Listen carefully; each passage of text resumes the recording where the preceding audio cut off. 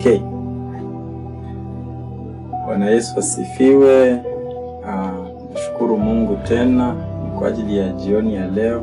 Mungu amekuwa mwaminifu, ametusaidia, ametuweka kwa wazima.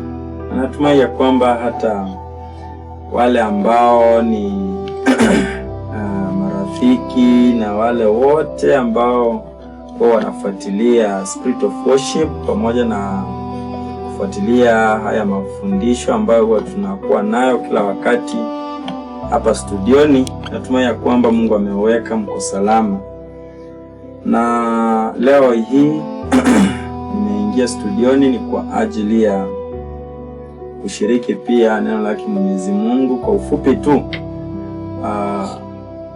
Nikiwa ninazungumzia concerning vijana ndio saa hizi hao ndio wenye nguvu na wao ndio Biblia inawabali zaidi pia. Kwa hivyo nafasi ya vijana pia imenakiliwa kwenye Biblia, na leo hii tungependa kuzungumzia tujue Mungu anasema nini concerning youth and what we are supposed to do kama vijana na zile nguvu ambazo ametupa kama vijana. Kwa hivyo kabla ya kuanza nitafanya maombi fupi, alafu tutakuwa tunasoma neno lake Mwenyezi Mungu. Asante Mfalme, umekuwa mwema, umekuwa mwaminifu, na kushukuru pia kwa wakati huu ambao umeutenga ni kwa ajili ya mimi pamoja na cameraman na wengine wote ambao tuko kwenye room hii ama hapa studioni, ni kwa ajili ya kusikia kutoka kwako. Naomba ya kwamba hata wale ambao nasikiza neno hili, Mfalme, kibali chako kiwe juu yao. Hata tunapoanza Mfalme, wacha kibali chako kiandamane pamoja nasi. Tuanze nawe, tumalize nawe, maana wewe ni Mungu. Nena tu pamoja nasi kupitia neno hili, kwa maana unastahili. Kwa rehema za Yesu naomba na kuamini. Amen. Amen. Amen. Kwa hivyo leo hii naenda kusoma kutoka katika kitabu cha Timotheo wa kwanza.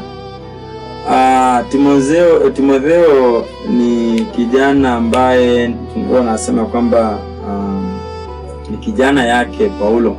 Na napenda sana barua zake Paulo kwa sababu zimekuwa na mafundisho mengi sana, na kama hapa leo penye tunasoma ni barua yake Paulo kwa kijana yake Timotheo, na kuna yale ambayo anayazungumzia akimtilia moyo Timotheo. Kwa hivyo inatoka katika kitabu cha First Timothy mlango ni 4. Nitasoma kuanzia mstari wa 11 alafu mistari michache, alafu nitakuwa nikimaliza. Inasema ya kwamba these things command and teach.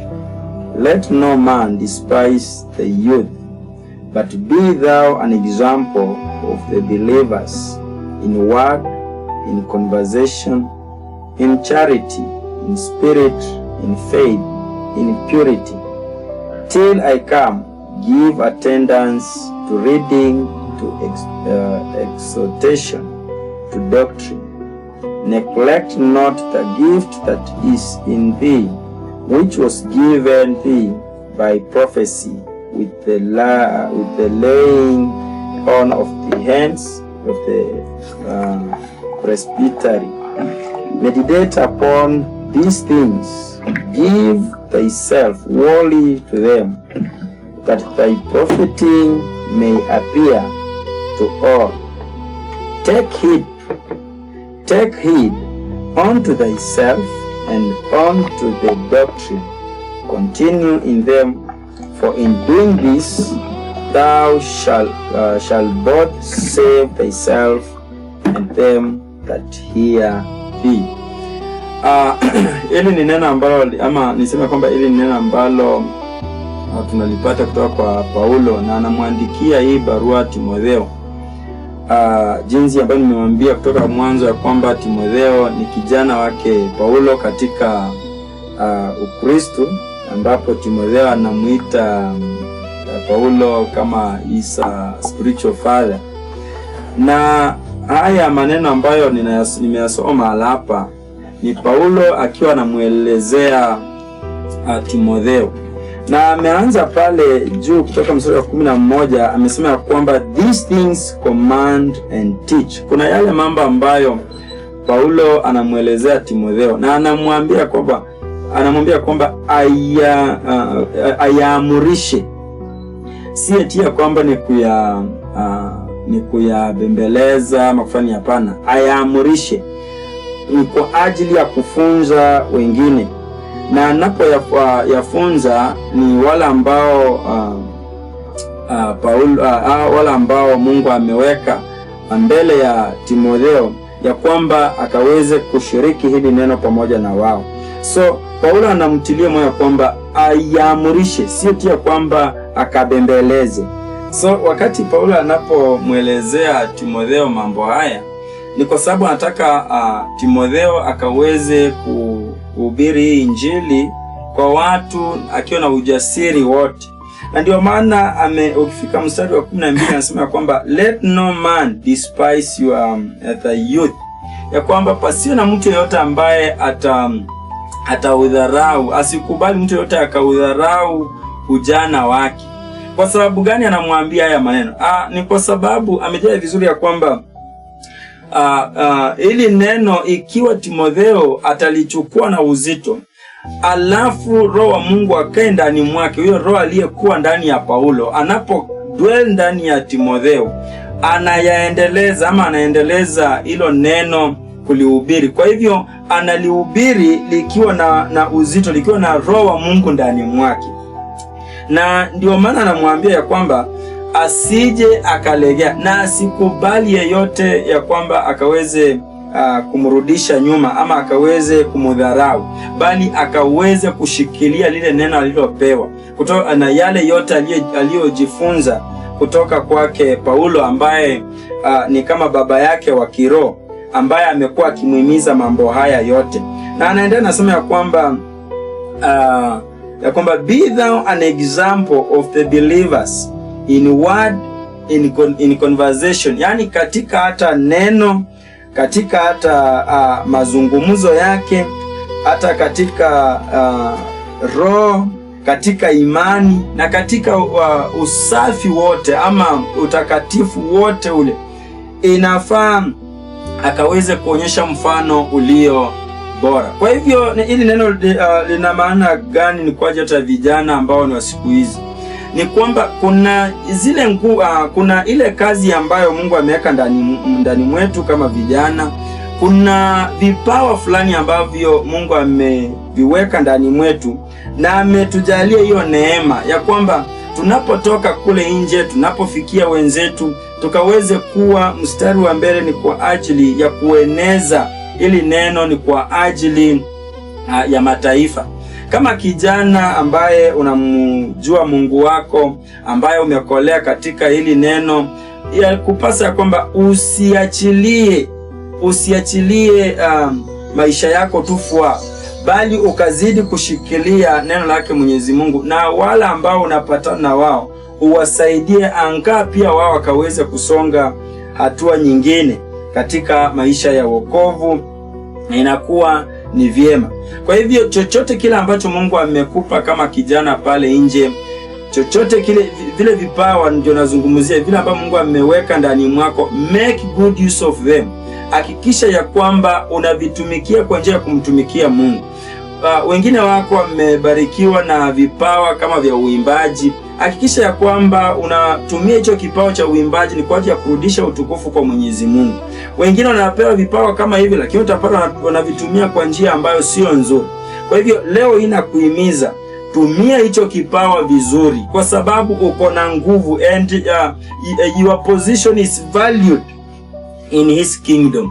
Kitumie vizuri. Kuna wengine ni waombezi, Mungu amewajalia hiyo neema ya uombezi. Tumia hiyo neema vizuri. Hicho ni kipawa ambacho umepewa na Mwenyezi Mungu. Make good use of it. Wengine wakati wamepewa hii neema ya kuhubiri hii Injili na kufundisha wenzao. kwa njia ambazo ni za wokovu, njia ambazo ni za kumtumikia Mungu. Tumia hiyo nafasi vizuri, usije ukaipoteza. Kuna wakati mwingine neema inashuka tu, na hiyo neema kuna wakati itatoweka. Usingoje wakati imetoweka ndio unataka kuanza. Hapana, kile ambacho umepewa na Mungu anza kukitumikia at that time, wakati bado uko na nafasi, wakati bado uko na nguvu zote. Isifike wakati umekuwa mzee, sasa umezeeka, una nguvu tena, ndio sasa unataka kuanza kukimbizana. Sasa hata kama ulipewa neema ya kuhubiri, ndio sasa unataka kuhost kama ni crusades, unataka kuweka mikutano za revival, na wewe sasa umezeeka. Sasa uwezi fanya zaidi ya jinsi ambavyo ungefanya wakati ulikuwa bado kijana. Labda sasa wakati umefika, wakati ambapo ulipewa vipawa vya uimbaji, lakini huku vitumia katika ujana wako, ukangoja kwa sasa umeisha, sasa umeanza umetoka katika ile hali ambayo ungetumia hicho kipawa kwa nguvu ufikie wengi. Sasa unakirealize wakati sasa umezeeka, itakuwa sasa umechelewa katika kumfanyia Mungu kazi. Kwa hivyo kile ambacho Mungu amekupa kishike na nguvu, kitumikie ni kwa ajili ya kumtukuza, na itakuwa ni vyema zaidi. Na tuendelee kuiga mfano wa Timotheo ambaye alifuata mfano wa Paulo ambaye ni babake wa kiroho, na yale ambayo aliamrishwa kufanya akayafanya na akayafuatilia. Na ndio maana leo hii unaona tunaweza tukajifunza kwa yale ambayo yamenakiliwa mahala hapa. Neno linasema ya kwamba meditate upon these things, give thyself wholly to them, that thy profiting may appear to all. Take heed unto thyself and unto the doctrine, continue in them, for in doing this thou shalt both save thyself and them that hear. Kwa hivyo kuna mambo mengine kama haya ambayo Paulo anamuelezea kijana yake Timotheo. Kuna mambo mengine tunapoyafanya utapata ya kwamba haya mambo yamesaidia mpaka vile vizazi ambavyo vinakuja, yanasaidia mpaka wale ambao pia tuna relate na wao. Ikiwa Mungu amekupa hivi vipawa, unapotumia hicho kipawa chenye umepewa na Mungu vizuri, utapata kwamba kinasaidia tena mwingine pale nje. Kuna mtu anabarikiwa tu kupitia kwa uimbaji. Kuna mtu anabarikiwa tu mahali na maisha yake yanabadilika kupitia tu kwa katika uimbaji. Labda alisikiza nyimbo na hizo nyimbo zikawa ni za kurudisha utukufu kwa Mungu, na labda zilikuwa nyimbo kwa mfano zile za worship, ikafanya kwamba huyo mtu akasongeza moyo wake karibu na Mungu, na kupitia hiyo maisha yake yakabadilika, na akapata ule moyo wa kuanza kumtumikia, wa kuingia kanisani, na akapata ule moyo wa kusongea karibu na watu ambao ni wahuduma wa Mungu, na maisha yao yakaweza kubadilika. Kwa hivyo utapata kupitia, kama nilikuwa ni uimbaji, huyo mtu maisha yake yamebadilika. Wengine wako kwa mfano umepewa neema hii ya kuhubiri, kama jinsi ambavyo wengine ni kwa neema tu tunahubiri hii Injili. Hiyo neema unaweza ukaitumia, mtu akaona kule nje, akaona jinsi ambavyo umeleta neno lake Mwenyezi Mungu katika mataifa, akahisi ya kwamba there is a need hata ya mimi kumsongea Mungu. Kumbe nikisongea Mungu maisha yangu yanaweza yakabadilika kwa njia moja au nyingine. Mambo kama hayo ndio tunayohitaji ili tukaweze kusonga hatua nyingine. Kwa hivyo chochote tunachokifanya katika maisha yetu, wacha kikaweze kurudisha utukufu kwa Mungu. Na vile vipawa, wewe kijana pale nje, kile kipawa ambacho Mungu amekupa, make sure you are using it well. Usikitumie kwa njia ambayo sio nzuri. Kitumie ni kwa ajili ya kumtukuza Mungu. Tafuta wale ambao ikiwa Mungu amekujalia neema fulani, itumie hiyo neema wakati bado hiyo neema iko. Tumia vizuri so that ukaweza kufikia wengi, angao ukawalete katika Kristo, na itakuwa ni vyema zaidi. Na maisha ya hao watu haitasalia kuwa jinsi ilivyo kuwa. Kwa hivyo naomba tu kwamba Mungu azidi kutulinda, azidi kututilia moyo, na wakati tunapozidi kumtumikia, wakati tunapozidi kutumia vipawa vyetu vizuri, wacha tufikie ulimwengu na mataifa yote, ni kwa ajili ya kuhubiri Injili, ni kwa ajili katika hata vile vipawa, chochote kile ambacho Mungu amekubariki nacho ama amekujalia neema fulani, use it well. Fikia wengi, anga ukaweze siku ya mwisho, wakati Yesu atakaporudi, anga tukaweze kuwa tumesonga hatua, na akaweze kusema kwamba njoni sasa, karibuni nyinyi ambao mlikuwa ni watendakazi ambao walikuwa wazuri. So that's my prayer to all of us, na naomba ya kwamba Mungu atusaidie. Wewe kijana pale nje, usisalie kulala, inuka na kile ulichopewa. God will use you and utapata kwamba umefanya mambo makubwa ambayo hata labda hukuwa unayatarajia.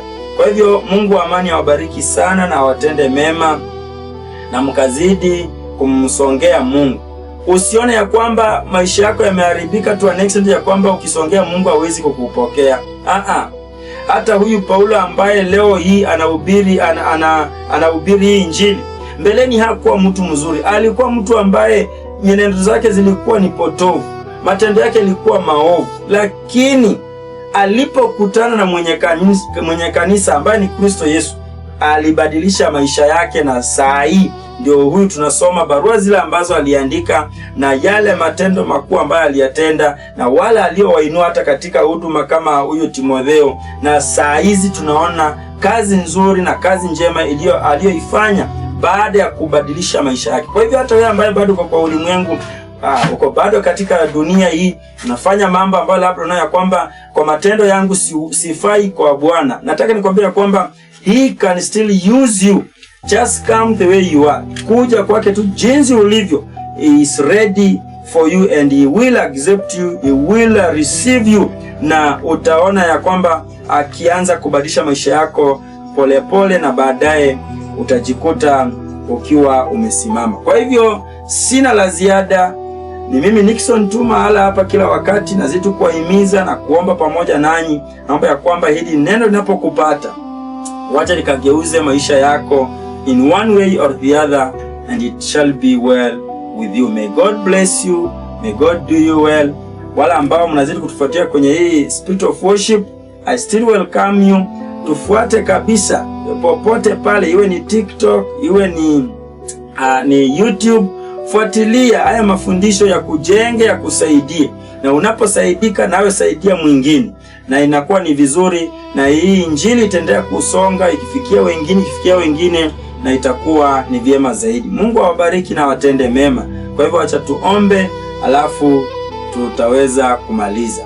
Baba, ninakushukuru, ninakutukuza ni kwa ajili ya masaa haya. Asante kwa ajili ya neno hili, na imani ya kwamba Mfalme, kuna yule tu mmoja ama wawili ama watatu wala ambao ulikuwa umewatenga tu kwa ajili ya ujumbe huu, na watakapoupokea, wacha kibali chako kiwe juu yao, ukawainue, ukawasongeze hata karibu na wewe, wakaweze kutumikia, na vipawa vilivyokuwa vimelala, Yesu, ukaweze kupuliza ndani pumzi yako, vikaanze kufanya kazi. Kuna wale ambao ulibariki na vipawa tofauti, lakini wakaona ya kwamba hawawezi fanya chochote, lakini leo hii Yesu kawajalie neema ya kusonga hata zaidi na kuinuka zaidi, maana wewe ni Mungu. Unapotenda, sifa na utukufu zitazidi kurudia.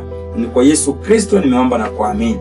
Amen, amen, amen. Mungu awabariki na watende mema.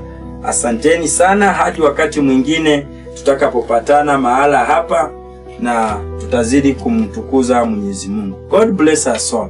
Thank you.